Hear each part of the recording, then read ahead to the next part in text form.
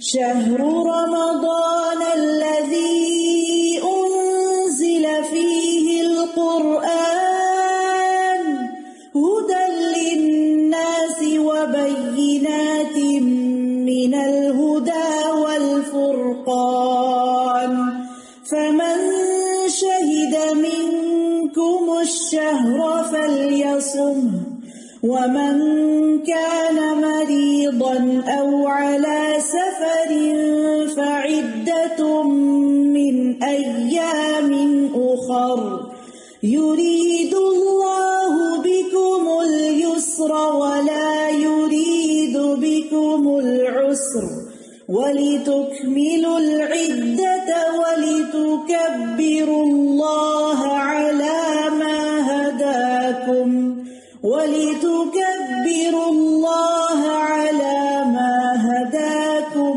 وَلَعَلَّكُمْ تَشْكُرُونَ۔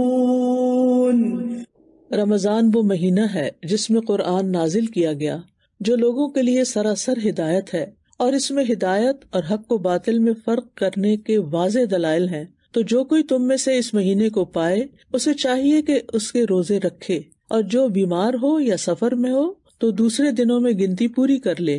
اللہ تمہارے ساتھ آسانی چاہتا ہے اور وہ تمہارے ساتھ تنگی کا ارادہ نہیں رکھتا، اور تاکہ تم گنتی پوری کر لو، اور تاکہ جو اس نے تمہیں ہدایت بخشی ہے تم اس پر اللہ کی بڑائی بیان کرو، اور تاکہ تم شکر ادا کرو۔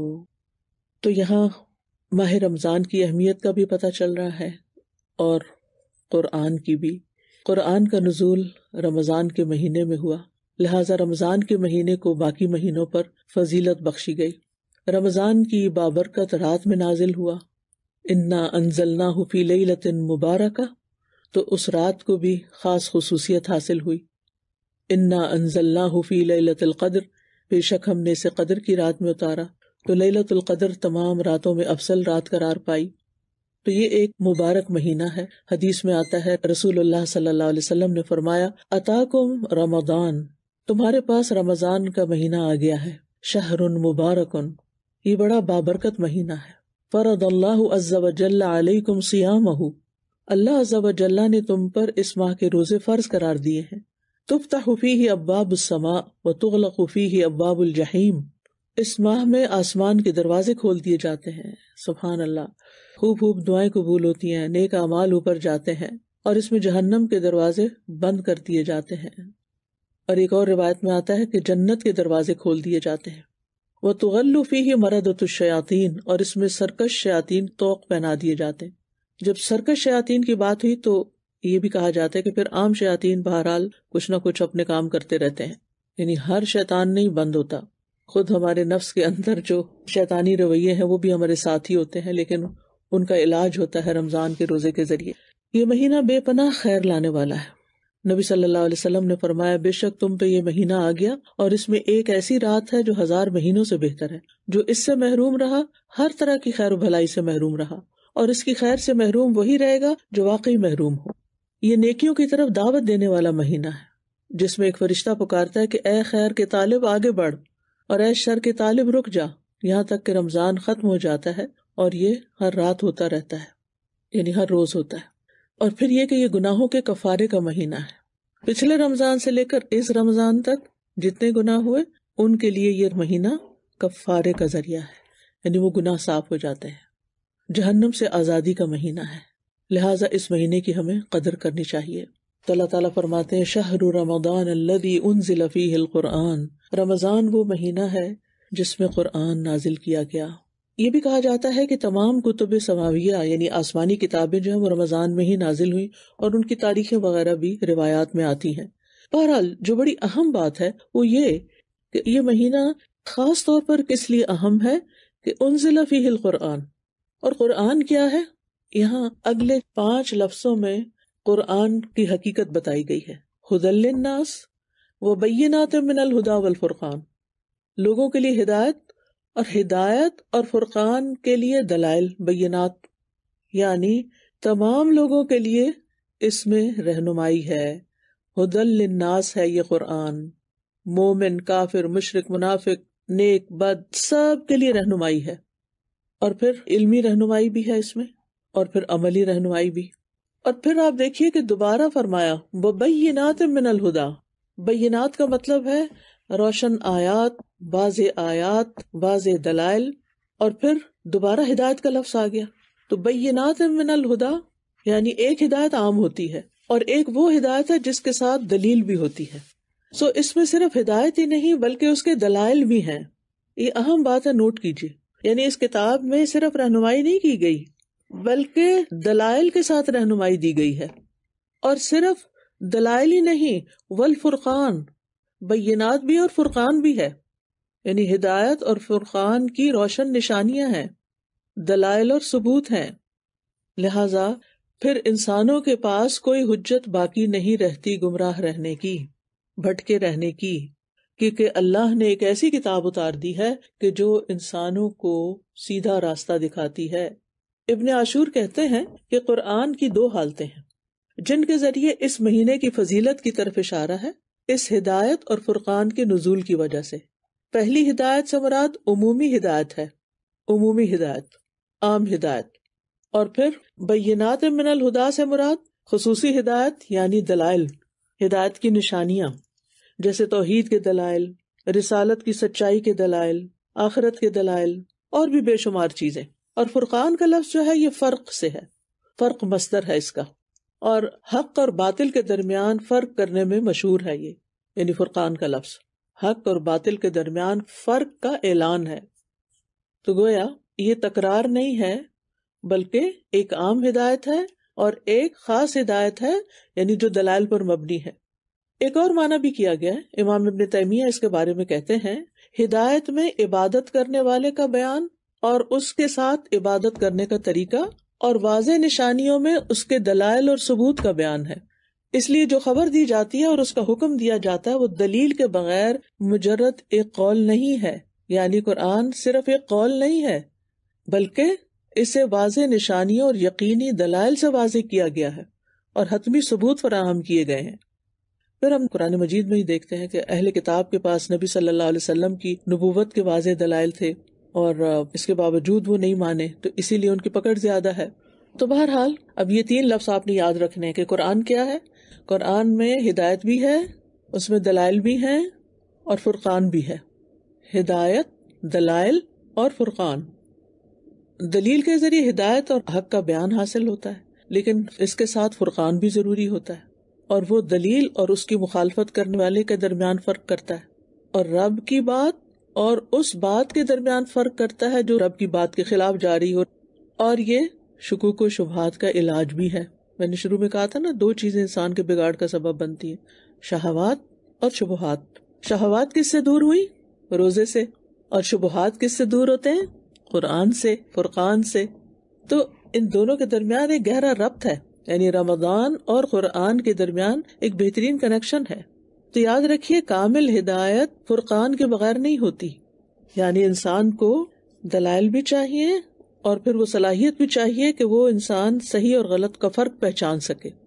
تو بہرحال یہاں پھر آگے آیت میں فرمایا فمن شہد منکم الشہر فلیصم، تو تم میں سے جو شخص اس مہینے کو پائے اسے چاہیے کہ روزے رکھے.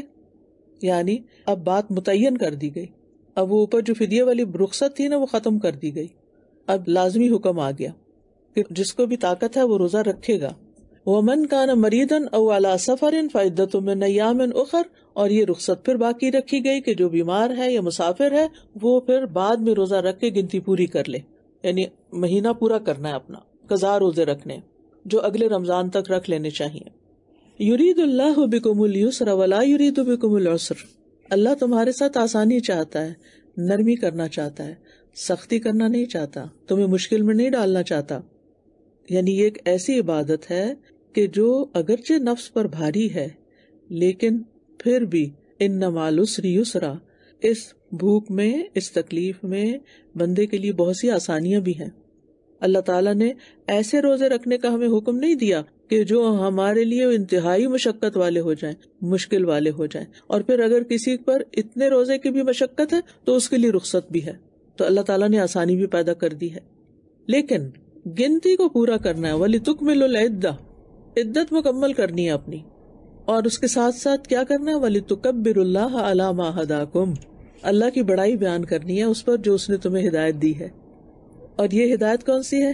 ہدایت علم اور ہدایت عمل، کہ اللہ نے رہنمائی بھی کی اور اس کے ساتھ ساتھ عمل کی توفیق بھی دی.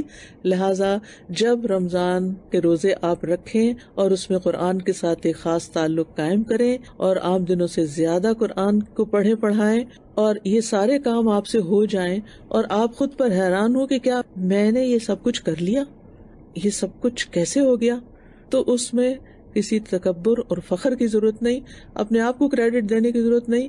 کیا کرنا ہے؟ اللہ کی بڑائی بیان کرنی کہ یہ اللہ کا فضل ہے، یہ اللہ کا کرم ہے، یہ اللہ ہی نے کروایا ہے. اس ہدایت پر یعنی یہاں پر ہدایت علم بھی اور ہدایت عمل بھی، ہدایت ارشاد بھی اور ہدایت توفیق بھی، یہ سب اللہ ہی کی طرف سے ہے، اس کے دینے سے. قرآن ہدایت ہے نا، قرآن ہے، کس نے بھیجا، کس نے یہ بندوبست کیا، کس نے رحم فرمایا ہم پر؟ الرحمن علم القرآن، یہ اللہ سبحانہ و تعالیٰ نے کیا. لہٰذا بڑائی تو اللہ ہی کے لیے ہے جس نے یہ سب دیا. اور پھر اس پر عمل کی توفیق کس نے دی، اور خاص طور پر رمضان میں جو عام دنوں سے زیادہ نیکی کی توفیق کس نے دی؟ یہ بھی اللہ نے دی. رہنمائی بھی اس نے کی، عمل کی توفیق بھی اس نے دی. لہٰذا بڑائی تو اللہ ہی کے لیے ہے. جب انسان اس طرح کی سوچ رکھتا ہے تو پھر انسان اللہ کی نظر میں بڑا ہوتا ہے. لیکن اگر انسان سمجھے یہ سب کچھ میرا اپنا کوئی کمال ہے تو پھر یہ شیطانی رویہ ہو جاتا ہے. یعنی آپ دیکھیں کہ تکبیر کا کیا مطلب ہوتا ہے؟ بڑائی بیان کرنا. تو جب انسان کو کوئی نعمت ملتی ہے تو وہ اپنے آپ کو بڑا سمجھنے لگتا ہے، اپنے آپ کو دوسروں سے بلند محسوس کرنے لگتا ہے. لیکن ہمیں خود کو بلند نہیں کرنا اور تکبر نہیں کرنا، تکبیر کرنی ہے. تکبر نہیں، اللہ کی تکبیر، دونوں کا روٹ ایک ہی ہے. یعنی نیکی پر کسی قسم کا کوئی تکبر نہیں کرنا، بلکہ نیکی کرنے کی توفیق ملنے پر اللہ سبحانہ تعالیٰ کی تکبیر بیان کرنی ہے، بڑائی بیان کرنی ہے. وَلَعَلَّكُمْ تَشْكُرُونَ، اور تاکہ تم شکر گزار ہو جاؤ. کس چیز پر شکر گزار ہو؟ کہ اللہ نے ہمارے لیے آسانی چاہی، اللہ نے ہمارے لیے مشکل نہیں کی، اللہ نے ہمیں بعد میں گنتی مکمل کرنے کی اجازت دی، اور اللہ نے ہمیں تکبیر کہنا سکھائی، اللہ نے ہماری رہنمائی کی. تو یہ ساری نعمتیں ہیں. ان نعمتوں پر اور اس سے زیادہ قرآن کی نعمت اور پھر رمضان کی اور روزے کی، یہ سارے اللہ سبحانہ تعالیٰ کے خاص احسانات ہیں ہم پر. لہٰذا ہمیں شکر ادا کرنا ہے. اور شکر کی حقیقت کیا ہے؟ کہ جس نے نعمتیں دی ہیں اس کی اطاعت کی جائے، اس کے احکامات پر پھر مزید آئندہ رمضان کے بعد بھی عمل کیا جائے، اور جن چیزوں سے اس نے روکا ہے ان سے رکا جائے، جن چیزوں کو اس نے حرام قرار دیا ہے ان کو حرام سمجھا جائے، ان کو چھوڑ دیا جائے، اور جن چیزوں کو اس نے کرنے کا حکم دیا ہے وہ کی جائے. یہی اصل شکر ہے. تو اس سے یہ پتہ چلتا ہے کہ رمضان کو قرآن کی وجہ سے شرف ملا ہے. اللہ نے اس کو روزے کے ساتھ شرف بخشا ہے، لہٰذا ہمیں اس پر اللہ کا شکر ادا کرنا ہے. روزہ ہر مکلف عاقل مسلمان پر فرض ہے. مریض اور مسافر کو رخصت ہے. عذر کی بنا پر روزہ چھوڑا جائے تو قضا کرنا واجب ہے. یہ سارے کام آسان ہیں، تنگی سے خالی ہیں. لہٰذا ان سب کاموں کو کرنے کے بعد اللہ کی بڑائی بیان کریں. عید کے دن خاص طور پر تکبیرات خوب پڑھیں، یعنی عید کے دن کا آغاز، اور پھر اطاعت کے عہد کریں. انشاءاللہ پورے رمضان میں آپ قرآن مجید کے ساتھ خاص تعلق قائم کریں گے، اور جو جو احکامات ملتے جائیں گے ان پر دل کے ساتھ یہ کہیں گے کہ اللہ ہم انشاءاللہ ان پر عمل کریں گے. آپ دورہ قرآن کروائیں یا دورہ قرآن سنیں یا قرآن کا کچھ حصہ پڑھیں اور فکر تدبر کے ساتھ، تو آپ ساتھ ساتھ اپنے دل میں عہد کرتے جائیں اور دعائیں بھی مانگتے جائیں، اللہ مجھے توفیق دے کہ میں تیرے اس حکم پر بھی عمل کروں. یعنی رمضان ہماری تربیت کا مہینہ ہے جس کے بعد ہمیں ایک نیا انسان بن کر سامنے آنا ہے. تو اللہ سبحانہ تعالیٰ سے دعا ہے کہ ہمیں اللہ تعالیٰ اس کی توفیق دے. اور رمضان چونکہ شہر القرآن ہے، لہٰذا خاص طور پر روزے کے بعد جو اہم ترین نیکی آپ نے کرنی ہے وہ رمضان میں قرآن سے زیادہ تعلق جوڑنا ہے، اپنے لیے لازم کر لینا ہے. شہر انزل فیہ القرآن فالزم فیہ القرآن، یعنی اللہ نے اس میں قرآن اتارا ہے. ذرا سوچے، اس مہینے میں قرآن نازل ہوا ہے، قرآن نازل ہوا، لہٰذا ہم نے اپنے دلوں پر بھی اس کو نازل کرنا ہے، اپنے عملوں میں بھی اس کو لے کر آنا ہے، اور اس کے ساتھ ایک خاص تعلق قائم کرنا ہے. نبی صلی اللہ علیہ وسلم رمضان میں قرآن کا دور کیا کرتے تھے، جبریل علیہ السلام کے ساتھ رمضان کی ہر رات میں ملتے. یہاں تک کہ رمضان گزر جاتا اور وہ قرآن کا دور کرتے تھے۔ سلف صالحین بھی اس مہینے میں قرآن کی تلاوت کرنے اور اس کو سننے، سمجھنے اور تدبر کرنے اور عمل کرنے کو ایک بہت بڑی نیکی سمجھتے تھے۔ رمضان کا مہینہ داخل ہوتا تو سفیان ثوری سارے کام چھوڑ دیتے اور قرآن کی قرأت پر متوجہ ہو جاتے، کیونکہ وہ سمجھتے تھے کہ اس مہینے کا خاص شرف قرآن کا نزول ہے۔ جب رمضان آتا تو امام زہری کہتے یہ تو بس قرآن پڑھنے اور کھانا کھلانے کا مہینہ ہے، یعنی سحری اور افطاری کا اہتمام کرے انسان، صرف اپنے لیے نہیں، صرف اپنے گھر والوں کے لیے نہیں، دوسروں کے لیے بھی۔ امام مالک کے بارے میں آتا ہے کہ جب رمضان آتا تو حدیث پڑھانا چھوڑ دیتے تھے، قرآن کی طرف متوجہ ہو جاتے۔ اور ابن قیم کہتے ہیں کہ قرآن پڑھنا ذکر کرنے سے زیادہ افضل ہے۔ اور پھر آپ دیکھیے کہ مجاہد جو مفسر قرآن ہے وہ کہتے ہیں کہ جس شخص کو اللہ قرآن دے دے اور وہ سمجھے کہ کسی کو دنیا میں اس سے افضل چیز دی گئی ہے، یعنی اس کے پاس اس سے بھی بہتر چیز ہے، تو اس نے اس چیز کو بڑا اور عظیم قرار دے دیا جس کو اللہ نے حقیر بنایا، اور اس چیز کو چھوٹا کر دیا جس کو اللہ نے عظیم کیا۔ یعنی جس کو اللہ نے عظمت دی اس کو وہ کچھ نہیں سمجھتا، اور جو دنیا کی حقیر ٹھیکریاں ہیں ان کو وہ بڑی چیز سمجھتا ہے، اور اس بنا پر لوگوں کی بھی عزت کرتا ہے جن کے پاس دنیا ہے، اور جن کے پاس قرآن ہے ان کو وہ اہمیت نہیں دیتا۔ ابن قیم کہتے ہیں رحمہ اللہ کہ اگر لوگوں کو معلوم ہو جائے کہ قرآن کو تدبر کے ساتھ پڑھنا، یعنی سمجھ کر پڑھنا، غور و فکر کرنا، اس میں کتنا اجر و ثواب ہے، تو وہ اس کے سوا ہر چیز کو چھوڑ کر صرف اسی میں مصروف ہو جائیں، سب کام چھوڑ دیں، یہی کرنے شروع ہو جائیں۔ چلے اگر ہم سارا سال نہیں کر سکتے تو کم از کم رمضان میں تو کریں۔ ابن الجوزی کہتے ہیں کہ جس کو کسی وقت میں کوئی فرصت اور موقع ملے پھر وہ کثرت تلاوت میں کثرت ثواب کو غنیمت بنا لے تو اس نے بہت اچھا کیا۔ لہٰذا آپ دیکھیے کہ ہم سب کی مصروفیات ہیں، گھر ہیں، بچے ہیں، ذمہ داریاں ہیں، پڑھنا پڑھانا ہے، آفس ہے، بہت سے کام ہیں، دوسروں کی مدد ہے، کھانا کھلانا ہے، پکانا ہے، ایک لمبی لسٹ ہے۔ تو اب آپ دیکھیے کہ اس میں سے قرآن کے لیے پھر وقت کیسے نکلے گا۔ ہو سکتا ہے دورہ قرآن میں ہم چلے جائیں، 2 گھنٹے اپنے لیے نکال لیں، بہت اچھی بات ہے، لیکن اپنی تلاوت سپارہ کیسے پورا کریں؟ اس دفعہ تو میں 2 پڑھنا چاہتی ہوں، 2 کیسے پورے کریں؟ تو اس کے لیے یہ نہیں ہو سکتا کہ آپ کو 1 گھنٹہ 2 آرام سے مل جائے کہ آپ ایک جگہ بیٹھ کے، ہاں اعتکاف میں مل جائے گا لیکن ویسے نہیں۔ تو پھر کیا کریں؟ چھوٹے چھوٹے وقفوں سے فائدہ اٹھائیں۔ اب تو موبائل کی صورت میں کتنی سہولت ہے کہ جہاں آپ چھوڑیں گے وہیں سے دوبارہ شروع کر لیں گے، کوئی نشانیاں رکھنے کی بھی اور کوئی الگ چیز کیری کرنے کی بھی ضرورت نہیں، بس تھوڑے تھوڑے وقفے، چھوٹے چھوٹے انتظار کے وقفے، کام کرتے ہوئے جہاں جہاں موقع ملے قرآن پڑھتے رہیں۔ یعنی باقی ذکر بھی افضل ہے لیکن قرآن اس سے افضل ہے، اور خاص طور پر رمضان میں۔ اور یہ بھی آپ یاد رکھیں کہ قرآن کی تلاوت کے بقدر آپ کو آسانیاں بھی ملیں گی، یعنی جتنا جتنا آپ قرآن کے ساتھ تعلق بڑھائیں گے اتنی اتنی آپ کی زندگی میں آسانیاں ہوتی چلی جائیں گی۔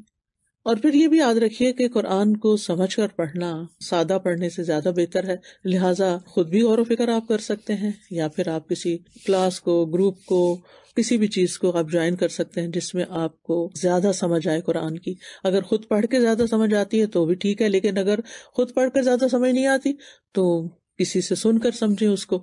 امام احمد بن حنبل کے بارے میں آتا ہے، وہ اپنا ایک خواب بیان کرتے ہیں، وہ کہتے ہیں میں نے رب العزت کو نیند میں دیکھا تو میں نے کہا اے میرے رب، وہ کون سی چیز ہے جو سب سے زیادہ قریب ہے، جس کے ساتھ قرب حاصل کرنے والے تیرا قرب حاصل کرتے ہیں؟ تو اللہ تعالیٰ نے فرمایا اے احمد میرا کلام۔ تو میں نے کہا سمجھ کر یا بغیر سمجھے؟ تو اللہ نے فرمایا جو سمجھ کر پڑھے وہ بھی اور جو سمجھ کے بغیر پڑھے وہ بھی، یعنی ایز لانگ ایز وہ قرآن کے ساتھ آپ کا تعلق ہے تو وہ اللہ کے قرب کا سب سے بہترین ذریعہ ہے۔ اور اس کے بعد سجدے بھی نہیں، رات کو آپ تراویح پڑھیں، قیام اللیل کریں تو وسجد وقترب، وہ بھی قرب کا ذریعہ ہے۔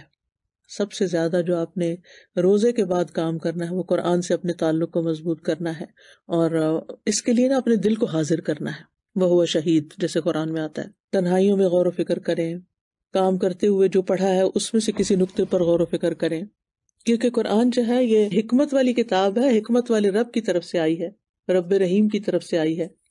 ابن تیمیہ رحمہ اللہ کہتے ہیں کہ قرآن کریم ایک بابرکت کتاب ہے جو ایسی ذات کی طرف سے نازل کی گئی ہے جو حکمت والا ہے اور حمد کیا گیا ہے، اور جو قرآن کے علاوہ کسی اور کتاب سے ہدایت کو طلب کرتا ہے اللہ اس کو گمراہ کر دیتا ہے، اور یہ اللہ کی مضبوط رسی ہے، اور یہ حکمت بھرا ذکر ہے، اور یہ سیدھا راستہ ہے، اور یہ عجیب قرآن ہے جو بھلائی کی طرف ہدایت دیتا ہے۔ اللہ نے اس کو اتارا ہے اس حالت میں کہ یہ ہدایت ہے، رحمت ہے، شفا ہے، بیان ہے، نور ہے، بصیرت اور نصیحت ہے، بے شمار فائدے ہیں اس میں۔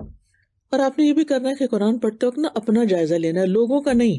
مشکل یہ ہے کہ جب ہم سنتے ہیں نا کوئی بات تو ہم کہتے ہیں وہ فلاں یہ کرتا ہے، فلاں یہ کرتا ہے، آپ نے ساری توجہ اپنے اوپر رکھنی ہے، اور پھر آپ نے اپنے دل کا جائزہ لیتے رہنا ہے کہ کیا آپ کو نماز میں، قرآن میں لذت محسوس ہو رہی ہے، آپ کا دل لگ رہا ہے یا نہیں، یا آپ کا دھیان بار بار اپنے موبائل کی طرف جا رہا ہے، یا کوئی اور چیز آپ مس کر رہے ہیں، کیا آپ فلی ان ہیں اس میں؟ کیونکہ کچھ لوگوں کو میں نے دیکھا ہے کہ وہ قرآن بھی پڑھتے ہیں، ساتھ موبائل رکھا ہوتا ہے، اور جب ٹک بجی اس پہ تو وہ قرآن پڑھنا چھوڑ کے تو وہ میسج چیک کرنا شروع کر دیتے ہیں. تو اس طرح کے کام نہیں کرنے، مکمل توجہ سے قرآن پڑھنا اور سننا ہے.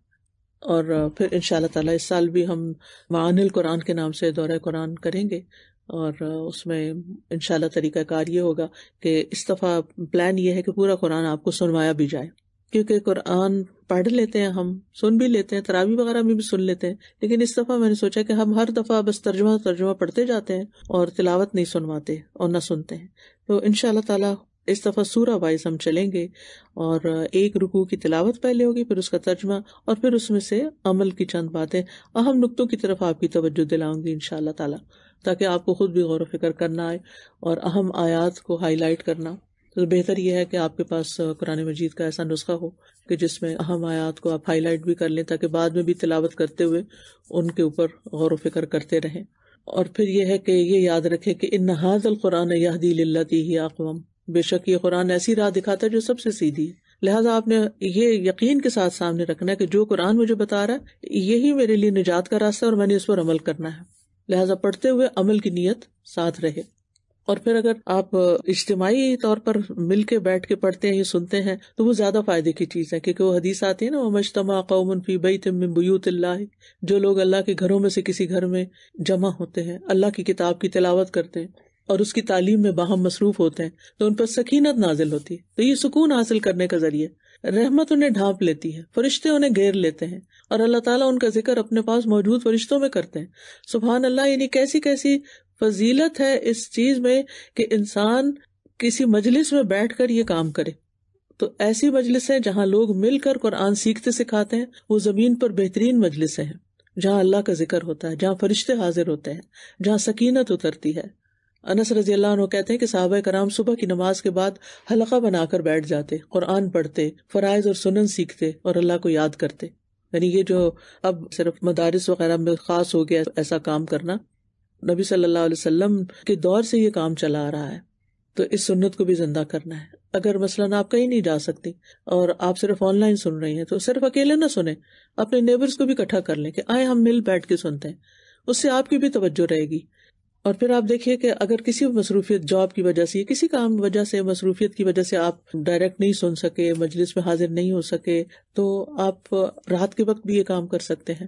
اور اس وقت تو شاید بہت سے جگہوں پہ رات ہو جب آپ یہ سن رہے ہیں، اور آئندہ بھی دورہ قرآن جو ہوگا وہ کچھ لوگوں کو رات کے وقت میں ملے گا. تو آپ سمجھیں کہ آپ وہ سنت دہرا رہے ہیں کہ رمضان میں ہر رات نبی صلی اللہ علیہ وسلم جبریل علیہ السلام سے ملاقات کرتے تھے، اور سارا رمضان ایسے ہی ہوتا تھا. الحمدللہ تراویح میں بھی آپ تلاوت سنتے ہیں، لیکن یہ کہ میں یہاں سمجھ کر پڑھنے اور سننے کی بات کر رہی ہوں، یعنی دورہ ترجمہ کی بات کر رہی ہوں.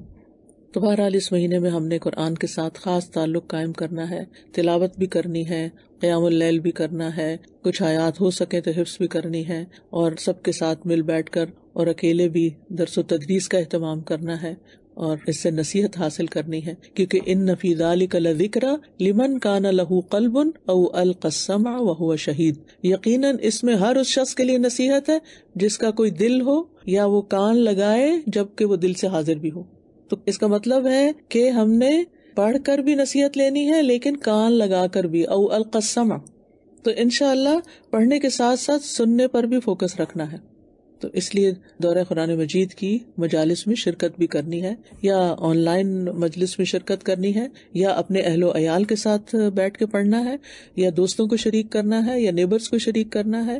یعنی ہر لیول پر اپنے اپنے حالات اور ضروریات کے مطابق آپ یہ کام کر سکتے ہیں. اور انشاءاللہ تعالیٰ آپ کے ساتھ چونکہ قرآن مجید ہم سنیں گے تو اس کے سننے سے جو دل کو خوشی اور سرور ملتا ہے، اور انسان کا دل کھلتا ہے، شفا حاصل ہوتی ہے، ہدایت ملتی ہے، وہ ایک بے مثال ایکسپیرینس ہوگا انشاءاللہ آپ کے لیے. اور یہ ہماری روح کی، ہمارے دلوں کی غذا ہے، اور انشاءاللہ اس غور سے اور توجہ سے سننے سے اللہ تعالیٰ کی رحمت میں انسان حصہ پاتا ہے. وَإِذَا قُرِئَ الْقُرْآنُ فَاسْتَمِعُوا لَهُ وَأَنصِتُوا لَعَلَّكُمْ تُرْحَمُونَ. جب قرآن پڑھا جائے تو اسے سنو اور خاموش رہو تاکہ تم پر رحم کیا جائے. تو انشاءاللہ تعالیٰ جب آپ اس کو سنیں گے اور توجہ سے سنیں گے تو یہ آپ کے دلوں میں اترے گا. اللہ تعالیٰ کی طرف سے خوشخبری بھی ملے گی. فبشر عباد الذین یستمعون القول فیتبعون احسنہ اولئک الذین ہداہم اللہ واولئک هم اولو الالباب. تو میرے ان بندوں کو بشارت دے دو, خوشخبری دے دو. کن کو؟ وہ جو بات کو سنتے ہیں, غور سے سنتے. الذین یستمعون القول, پھر اس کے بہترین پہلو کی پیروی کرتے ہیں. یہی وہ لوگ ہیں جنہیں اللہ نے ہدایت دی. گویا ہدایت یہی لوگ پا سکتے ہیں اور یہی عقل والے ہیں. تو انشاءاللہ اس کتاب سے دنیا اور آخرت میں نور بھی آپ کو ملے گا. اندھیروں سے, غموں سے, پریشانیوں سے, بہت سی فکروں سے نجات ملے گی اور دل میں ایمان راسخ ہوگا. کیونکہ اللہ تعالیٰ فرماتے ہیں نا قرآن مجید میں, انما المؤمنون الذین اذا ذکر اللہ وجلت قلوبہم واذا تلیت علیہم آیاتہ زادتہم ایمانا وعلی ربہم یتوکلون. سچے مومن تو وہ ہیں کہ جب ان کے سامنے اللہ کا ذکر کیا جائے تو ان کے دل کانپ اٹھتے ہیں, یعنی دلوں پہ اثر ہوتا ہے. اور جب اللہ کی آیات انہیں سنائی جائیں تو ان کا ایمان بڑھ جاتا ہے. تو انشاءاللہ یہ رمضان قرآن سننے کے ساتھ آپ کے ایمان کو بڑھانے کا ذریعہ بنے گا اور وہ اپنے رب پر بھروسہ کرتے ہیں. پھر انسان میں توکل بھی آ جاتا ہے. ابن رجب کہتے ہیں کہ قرآن سننے سے دل میں ایمان مضبوط ہو جاتا ہے, انسان کے نفس کی تطہیر ہوتی ہے, انسان کے اخلاق بہترین ہوتے ہیں. کیونکہ نبی صلی اللہ علیہ وسلم کا اخلاق قرآن تھا, کیونکہ وہ آپ کے دل پر اترا. تو ہمارے بھی دل پہ جب اترے گا سننے کے ساتھ تو پھر انشاءاللہ یہ بھی نصیب ہوگا کہ ہمیں اللہ سبحانہ وتعالیٰ ریاکاری سے اخلاص کی طرف لے جائے گا اور برے اخلاق سے اچھے اخلاق کی طرف اور تاریکیوں سے ہدایت کے نور کی طرف اور سچائی کی طرف اور شکوک و شبہات اور شہوات سے بھی انشاءاللہ نجات ملے گی. اور پھر آپ دیکھیے کہ سننے کے ساتھ ساتھ جب دلوں پہ اثر ہوتا ہے تو آنسو بھی بہتے ہیں.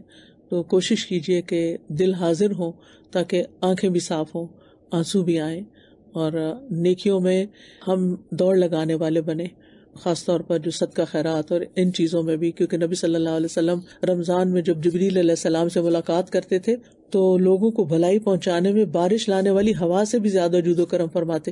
اور یہ صرف مال سے نہیں ہوتی تھی, ہر طریقے سے. اور صحابہ کرام کا بھی یہی طریقہ رہا.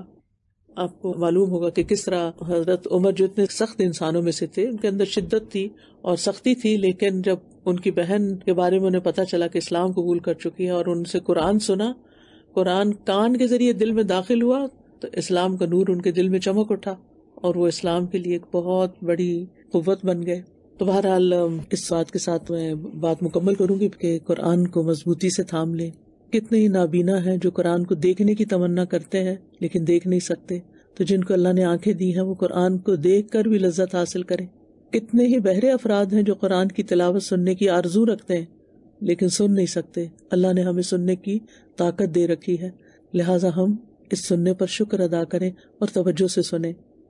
تو ہم جنہیں اللہ نے سننے اور دیکھنے کی صلاحیت دی ہے, ہم پھر قرآن سے دور کیوں ہیں؟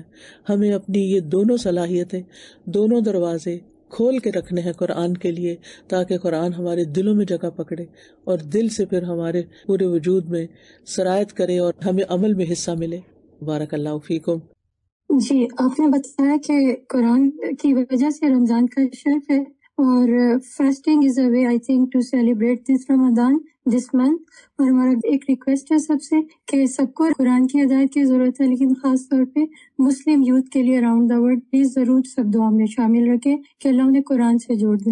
آمین. ان کے لیے اللہ تعالیٰ اچھے ٹیچرز مہیا کرے جو ان کی بات سمجھیں اور ان کو سمجھا سکیں, کیونکہ بہت سے لوگ یوتھ کے مسائل بیان کرتے ہیں لیکن میں سمجھتی ہوں کہ اگر یوتھ کو اچھے استاد مل جائیں, اچھے رہنما مل جائیں تو یوتھ کے اندر بہت پوٹینشیل ہوتا ہے. اب یہ ہے کہ اور تو کہیں نہیں ملتے تو کم از کم آپ خود ہی بن جائیے.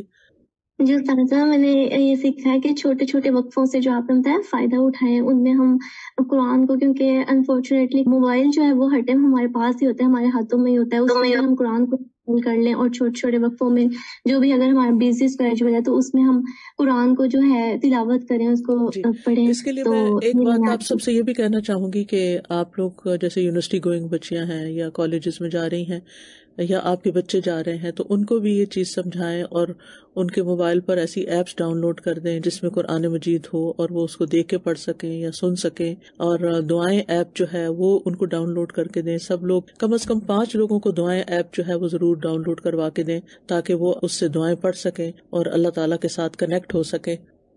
جی استاذہ، میں انڈیا سے ہوں. میں رمضان کے جیسے ایک ایک دن لمحہ بڑا قیمتی ہوتا ہے نا استاذہ، تو ایسے میں یہاں انڈیا میں خاص طور سے عین افطار کے وقت نا گھر سے افطاری آتی ہے، افطاری کے تبادلے ہوتے ہیں، گھر سے آتا ہے برتن خالی کر کے، تو اس کے بارے میں استاذہ آپ کیا کہیں گے؟ مطلب ہمیں ظاہر ہے کہ اپنا کھانا دوسروں کے ساتھ شیئر کر لیں، دوسروں کا آپ کھا لیں، لیکن بہت وقت اس پہ لگا دینا اور رمضان کو ایک فاسٹنگ کے بجائے فیسٹنگ کا مہینہ بنا لینا اور صرف کھانے پینے پہ توجہ رکھنا، تو یہ تو اس کی روح کے خلاف ہے. روزے میں تو کہا جاتا ہے کھانا نہ کھاؤ اور جب ہمیں موقع ملتا ہے تو ہم اگلی پچھلی کسر نکال دیں، یہ درست نہیں ہے.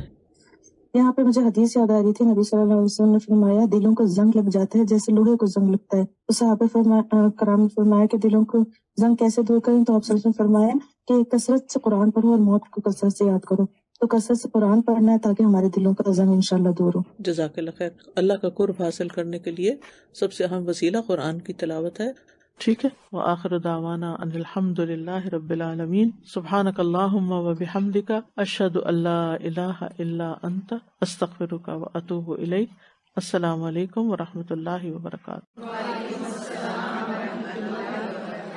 أهلا وسهلا يا رمضان، شهر التوبة والغفران، مرحبا بك رمضان رمضان، شهر الذكر والإحسان. أهلا وسهلا يا رمضان، شهر الصدقة والإكرام، مرحبا بك رمضان رمضان، أهلا وسهلا يا